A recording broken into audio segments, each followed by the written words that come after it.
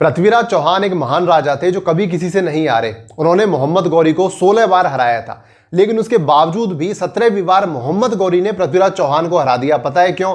उनकी 2 गलतियों की वजह से। और अगर यही 2 गलतियां हमने की तो पाकिस्तान हमें भी जरूर हरा देगा। हमें इतिहास से सीखना पड़ेगा और ये 2 गलतियां हमें बिल्कुल भी नहीं करनी, ताकि इतिहास का सेम रिजल्ट वापस रिपीट ना हो सके। सबसे पहली गलती जो पृथ्वीराज चौहान ने की, दुश्मन को हराने के बाद उसे जिंदा छोड़ दिया। पृथ्वीराज चौहान को नहीं पता था कि हराने के बाद दुश्मन के साथ क्या किया जाता है, जबकि दुश्मन मोहम्मद गौरी जैसा हो। जबकि मोहम्मद गौरी को अच्छी तरह से पता था कि हराने के बाद क्या किया जाता है। 17वीं बार उसने पृथ्वीराज चौहान के साथ यही चीज की थी और पाकिस्तान हमारे साथ यही चीज कर सकता है। हमने लास्ट टाइम यही गलती की थी, उसे छोड़ दिया था हराने के बाद भी। अगर अब की बार भी हम उसे हराने के बाद छोड़ देने वाले हैं तो इस युद्ध का हो सकता है कोई रिजल्ट ना निकले और नेक्स्ट टाइम पाकिस्तान इससे भी ज्यादा विकराल रूप धारण करके हमारे सामने समस्या बनके खड़ा हो सकता है। दूसरी बड़ी गलती, पृथ्वीराज चौहान के अपने पड़ोसी देशों के साथ बिल्कुल भी अच्छे संबंध नहीं थे, जैसे भारत के नहीं है।